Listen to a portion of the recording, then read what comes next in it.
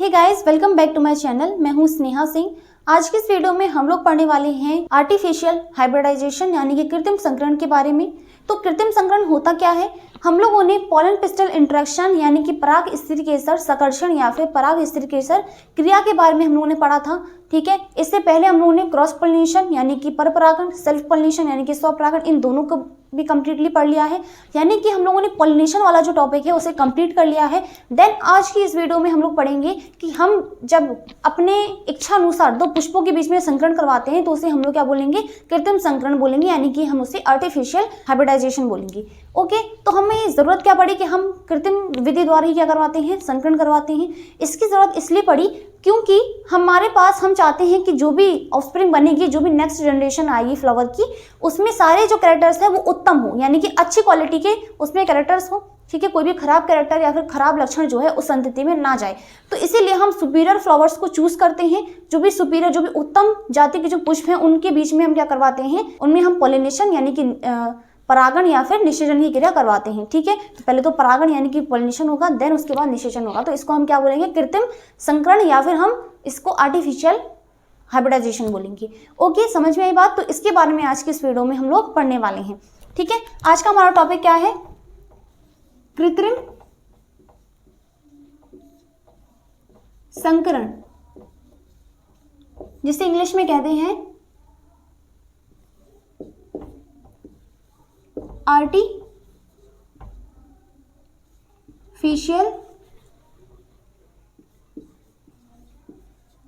Hybridisation.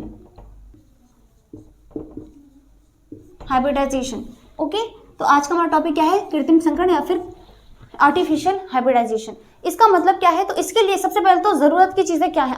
Artificially हम लोग क्या करवाएंगे? हाइब्रिडाइजेशन करवाएंगे यानी संकरण करवाएंगे। तो इसके लिए इंपॉर्टेंट क्या है कि हम सबसे पहले तो जो हमारे पसंदीदा फ्लावर्स है सबसे पहले उनको चूज करेंगे। ठीक है, जिनमें अच्छे अच्छे कैरेक्टर्स होंगे, जो कि नेक्स्ट जनरेशन को अच्छे लक्षण दे सकती है। ठीक है, वो उत्तम क्वालिटी की हो सकती है, अच्छी प्रजाति हो सकती है। तो ऐसे फ्लावर को तो हम सबसे पहले क्या करेंगे? चूज करेंगे, यानी कि उसका चुनाव करेंगे। ठीक है, तो सबसे पहली चीज तो है उत्तम लक्षणों वाले पुष्पों का चुनाव। ओके, तो अब हम क्या करते हैं? सबसे पहले चीज ये है कि हम सबसे पहले क्या करें? अच्छी क्वालिटी वाले फ्लावर को चूज करें, यानी कि अच्छे पुष्प को हम चूज करते हैं विद द ग्रेट क्वालिटीज। ठीक है, बेस्ट कैरेक्टर वाले फ्लावर को हम चूज करेंगे। उसके बाद हमारे पास यहाँ पर दो प्रोसेस आती हैं। इसमें हम लोग दो चीजों के बारे में पढ़ने वाले हैं। एक हमारा होता है इमैस्कुलेशन।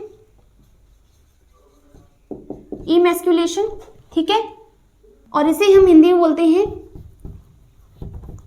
जिसे हम हिंदी में बोलते हैं विपुंसन। और दूसरा है हमारा विपुंसन, और दूसरा हमारा आता है बैगिंग, और हिंदी में से कहते हैं थैलीकरण। ठीक है, ये दो चीजें आती हैं हमारे आर्टिफिशियल हाइब्रिडाइजेशन यानी कृत्रिम संकरण में। ठीक है, इमैस्कुलेशन और बैगिंग। इमैस्कुलेशन क्या होता है? तो सबसे पहले तो हम इसे समझते हैं। देखो, अगर हमें कृत्रिम संकरण करवाना है तो इसलिए तो जरूरी है, क्योंकि हमने यहाँ पर देखा था कि फ्लावर में सेल्फ पॉलिनेशन भी होता है, क्रॉस पॉलिनेशन भी हो सकता है। लेकिन हमें ना तो सेल्फ पॉलिनेशन करवाना है और ना ही क्रॉस पॉलिनेशन करवाना है। हम लोगों को अपनी इच्छा अनुसार दो फ्लावर्स के बीच में पॉलिनेशन के साथ साथ उनमें निषेचन की क्रिया भी करवानी है।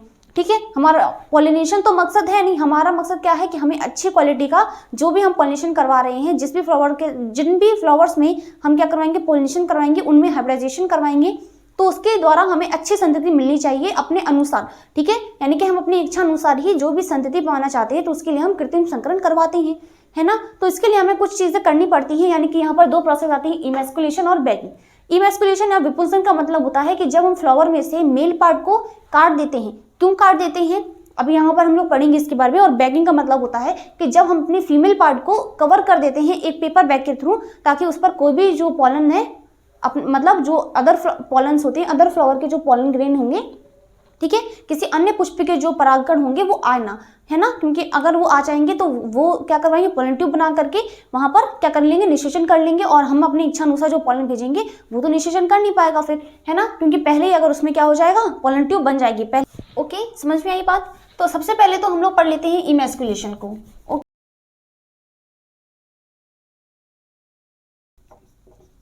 इमैस्कुलेशन, विपुंसन। ओके, एक लाइन में अगर मैं कहूं तो इसका मतलब होता है रिमूवल ऑफ एंथर, यानी कि पराग कोश को काटना, कोश को काट कर अलग करना। ठीक, इसका मतलब ये है कि इमैस्कुलेशन का मतलब ये होता है कि सबसे पहली जो क्रिया की जाती है वो ये है कि हम फ्लावर में जो मेल पार्ट होंगे, या अगर हम यहाँ पर उभयलिंगी की बात कर रहे हैं, अगर हम बायसेक्सुअल प्लांट की बात कर रहे हैं, बायसेक्सुअल फ्लावर की बात कर रहे हैं जिसमें दोनों सेक्स प्रेजेंट हैं, यानी कि मेल और फीमेल दोनों ही प्रेजेंट हैं, तो ऐसे में स्थिति में हम क्या करते हैं, क्योंकि देखो फल का निर्माण किसमें होगा, हमारे फीमेल पार्ट के अंदर ही होगा, है ना, लेकिन मेल पार्ट जो है अगर वो प्रेजेंट है तो वही उसके साथ क्रिया करके अपने इच्छा अनुसार क्या बनाएगा, फल बना लेगा।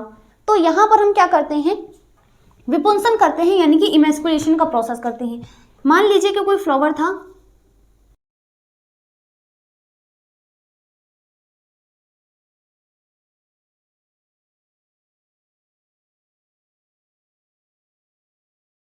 ये फ्लावर है, इसमें हमारा मेल पार्ट भी प्रेजेंट होगा, है ना, मेल पार्ट भी होंगे इसमें।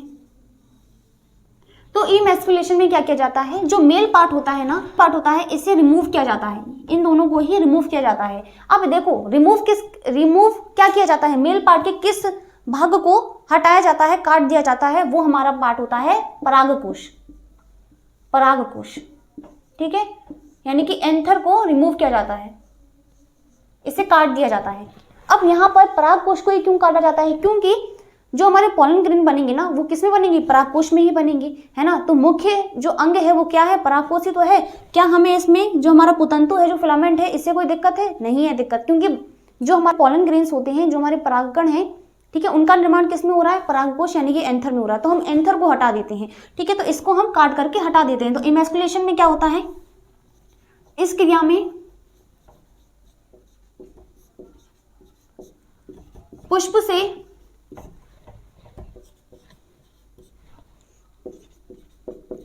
परागकोश को कलिका अवस्था में, कलिका अवस्था में यानी कि शिशु अवस्था में, यानी कि जब वो डेवलप होता है, जब वो डेवलप हो रहा है, डेवलप हुआ नहीं है, यानी कि जब वो मैच्योर नहीं होता है, यानी कि जब उसकी डेवलपिंग स्टेज होती है, उस टाइम पर हम क्या करते हैं, उस टाइम पर उसको काट देते हैं। ठीक है, यानी कि वो मैच्योर ना हो सके, यानी कि जब उसकी डेवलपिंग स्टेज चल रही है, यानी कि जब वो शिशु हुई है ना, उस टाइम पर वो क्या है, शिशु अवस्था में है, तो उसी टाइम पर हम उसके एंथर को काट करके हटा देते हैं। ठीक है, क्योंकि अगर वो मैच्योर हो जाएगा तो फिर तो वही पॉलिनेशन कर लेगा, वही उसके साथ क्रिया कर लेगा, है ना। तो इसीलिए हम उसके पॉलन को बर्ड स्टेज में ही काट देते हैं, ठीक, कलिकावस्था में अथवा शिशु अवस्था में ही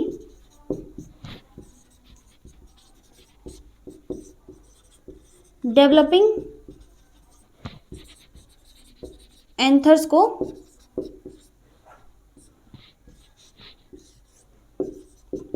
काटकर अलग कर दिया जाता है, अलग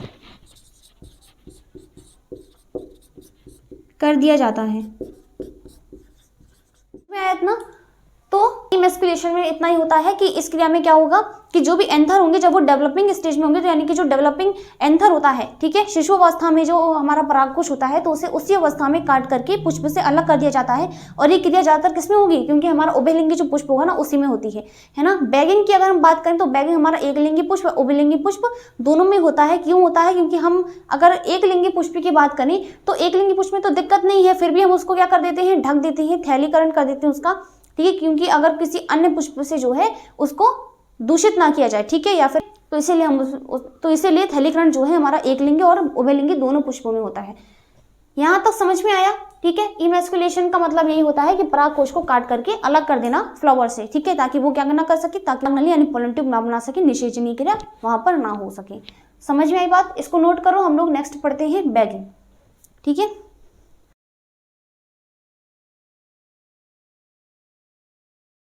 अब नेक्स्ट है हमारा सेकंड वाला पॉइंट है जिसे हम बोलते हैं बैगिंग। बैगिंग या फिर थैलीकरण। ओके, थैलीकरण। तो थैलीकरण या फिर बैगिंग में क्या होता है, बैगिंग का मतलब है बैग से कवर कर देना, बैगिंग का मतलब होता है कि उसे कवर कर देना, ठीक है, उसे ढक देना। तो बैगिंग का अर्थ होता है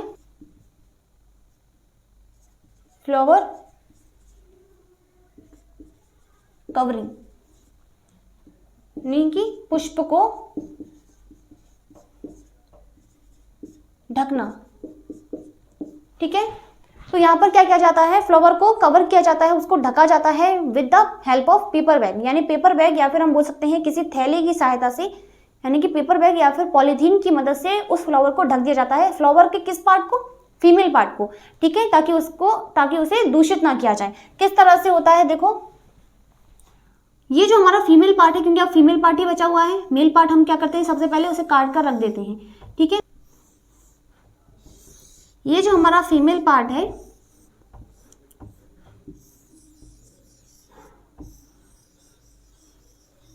ये जो फीमेल पार्ट है इसे हम कवर कर देते हैं एक पेपर बैग से। ये क्या है, बटर पेपर होता है, बटर पेपर या फिर पॉलीथीन से, ठीक है, पॉलीथीन से इसे क्या कर देते हैं, ढक देते हैं, ताकि इसे क्या ना कर सके कोई भी पॉलन जो है, यानी कि देखो हमने इस फ्लावर के पॉलन्स तो हटा दिए हैं, लेकिन किसी अन्य पुष्प के जो पॉलन्स होंगे, जो परागकण होंगे, वो तो इसे संदूषित कर ही सकते हैं, वो तो इसे दूषित कर ही सकते हैं, है ना, वो तो इसको पॉलिनेट कर ही सकते हैं। इसीलिए हम क्या करते हैं, इसीलिए हम क्या करेंगे, इसे एक पेपर बैग की सहायता से ढक देते हैं, जो कि बटर पेपर हो सकता है या फिर वो एक पॉलीथीन हो सकती है। तो यहाँ पर देखो दो चीजों में किया जाता है, एक तो यहाँ पर जो हमारा फीमेल पार्ट है, जब तक वो क्या नहीं हो जाता, जब तक वो परिपक्व नहीं हो जाता, तब तक उसको ढक दिया जाता है, ठीक है, अगर वो फ्लावर जो है वो खराब ना हो। ओके, तो पहले उसे पॉलीथीन की सहायता से ढक दिया जाता है, जब तक वो हमारी जो पिस्टल है, ठीक है, जो स्त्री केसर है, वो क्या ना हो जाए, मैच्योर ना हो जाए। ओके, जो हमारी स्त्री केसर है वो क्या ना हो, मैच्योर ना हो जाए, ठीक है, तब तक उसे पेपर बैग की सहायता से ढक दिया जाता है, ठीक है। और सेकंड थिंग कि जब तक जो यहाँ पर देखो दो बार ढका जाता है, पहले तो जब तक वो मैच्योर नहीं होती हमारी पिस्टल, ठीक है, जो स्त्री केसर है, जब तक वो मैच्योर नहीं होती, अनमैच्योर है, तब तक उसे ढक दिया जाता है। जब हमारी पिस्टल जो है, जब वो मैच्योर हो जाती है, तो उसके बाद उस पेपर बैग को हटा दिया जाता है। ब्रश की हेल्प से हम अपनी इच्छानुसार जो पॉलन ग्रेन्स होते हैं, जो परागकण होते हैं, वो उस पर छिड़कते हैं, ठीक है, उस पर डालते हैं, और फिर उसको अगेन उसको पेपर बैग के थ्रू ढक दिया जाता है, ठीक है। तो इसको यहां पर लिख देते हैं, इस क्रिया में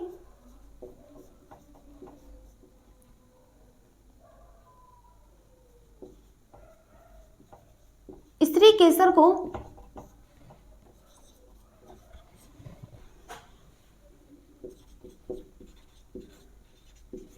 पॉलीथीन की सहायता से ढक दिया जाता है,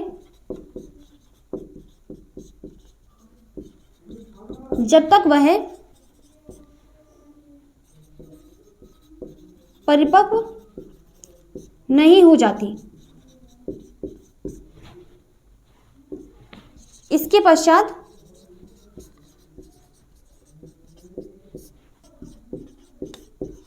पॉलीथीन को हटा करके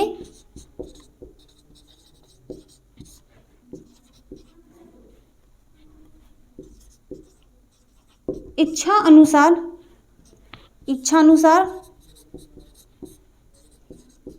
परागकण को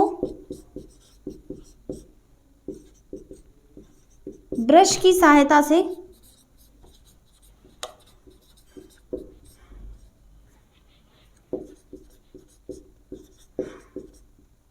उस पर छिड़क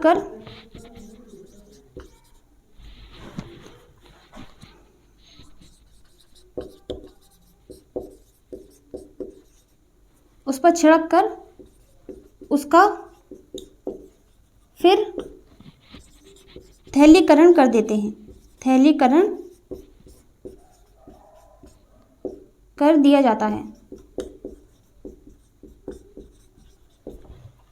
ओके, तो ये चीज होती है, ठीक है। इसको मैं पढ़ दूं एक बार, तो यहाँ पर क्या होता है कि हमारे थैलीकरण में क्या होगा, इस क्रिया में क्या होंगे कि जब तक हमारी जो पिस्टल है, जब तक जो हमारी स्थिर केसर है, जब तक वो अनमैच्योर है यानी मैच्योर नहीं हो जाती, तो उस पर हम एक थैली की सहायता से, एक बैग की सहायता से उसको ढक देते हैं ताकि उसे दूषित ना किया जाए। ठीक है, कोई भी अदर पॉलन जो है, अदर फ्लावर का जो पॉलन ग्रेन है वो उसे आकर के पॉलिनेट ना करे, उसको परागित ना करे। ठीक है, इसके बाद हम क्या करते हैं, जब वो मैच्योर हो जाती है, जब वो परिपक्व हो जाती है, तो उसके बाद उस बैग को हटा करके उस पर हम अपनी इच्छा अनुसार पॉलन ग्रेन जो है, यानी कि जो हमने चूज किया था फ्लावर, मेल फ्लावर जो चूज किया था, उसके पॉलन ग्रेन जो है उसके हेल्प से जो हमारी स्त्री केसर होती है इसके ऊपर छिड़कते हैं। किसी पर उसकी जो वर्तिकाग्र होती है ना, उस पर हम, यानी कि जो स्टिग्मा होती है ना, उस पर हम उसे छिड़कते हैं, उस पर डाल देते हैं उन पॉलन ग्रेन को, और फिर अगेन उसको फिर उसे पॉलीथीन की सहायता से ढक देते हैं और थैलीकरण यानी कि बैगिंग कर देते हैं। समझ में आया? यही प्रोसेस होती है हमारी, यही होता है थैलीकरण। ठीक है, तो इस तरह से क्या होता है, रिजल्ट क्या निकलता है कि हमें उत्तम लक्षणों वाले बीज यहाँ पर प्राप्त होते हैं। ठीक है, फिर इस क्रिया को हम क्या बोलते हैं, थैलीकरण को हम और क्या बोलते हैं, थैलीकरण को हम लोग क्या बोलते हैं, बोरा वस्त्रावरण। ठीक है, बोरा वस्त्रावरण कहते हैं। ठीक है, इसका अन्य नाम है बैगिंग का या फिर थैलीकरण का। ठीक है, इसके द्वारा यानी कि हमारी कृत्रिम संकरण यानी कि आर्टिफिशियल हाइब्रिडाइजेशन के थ्रू हमें क्या मिलता है, हमें उत्तम लक्षणों वाले संकर बीज, हाइब्रिड जो सीड्स होते हैं, संकर बीज, हाइब्रिड सीड्स प्राप्त होते हैं। संकर तो होगा ही, हाइब्रिड तो होगा ही, क्योंकि अलग अलग पेरेंट्स से जो इसमें कैरेक्टर्स आए हैं। ठीक है, तो इसकी वजह से इसकी जो क्षमता है वो और भी ज़्यादा अपने पेरेंट्स की तुलना में भी कई दुगनी हो चुकी है, कई ज़्यादा बढ़ गई है। ओके, तो इसके द्वारा हमें क्या है, बढ़िया उत्तम क्वालिटी का बीज मिलता है। ठीक है, फल निर्माण के बाद उसे हम प्राप्त कर लेते हैं। तो ये जो प्रोसेस होता है ना, इसको हम क्या बोलते हैं, संकरण शक्ति। क्योंकि प्योर यहाँ पर क्या होते हैं, हमारे हाइब्रिड होते हैं। संकरण शक्ति या फिर संकर ओज बोलते हैं, संकर ओज, जैसे इंग्लिश में हम बोलते हैं हाइब्रिड विगर। ओके, समझ में आया? तो यही था हमारा कृत्रिम संकरण यानी कि हमारा आर्टिफिशियल हाइब्रिडाइजेशन। ओके, उम्मीद है कि आप लोगों को ये जो टॉपिक है समझ में आया होगा और पसंद आया होगा। अब मिलते हैं अगली वीडियो में अगले टॉपिक के साथ, तब तक के लिए bye bye, take care, thank you so much.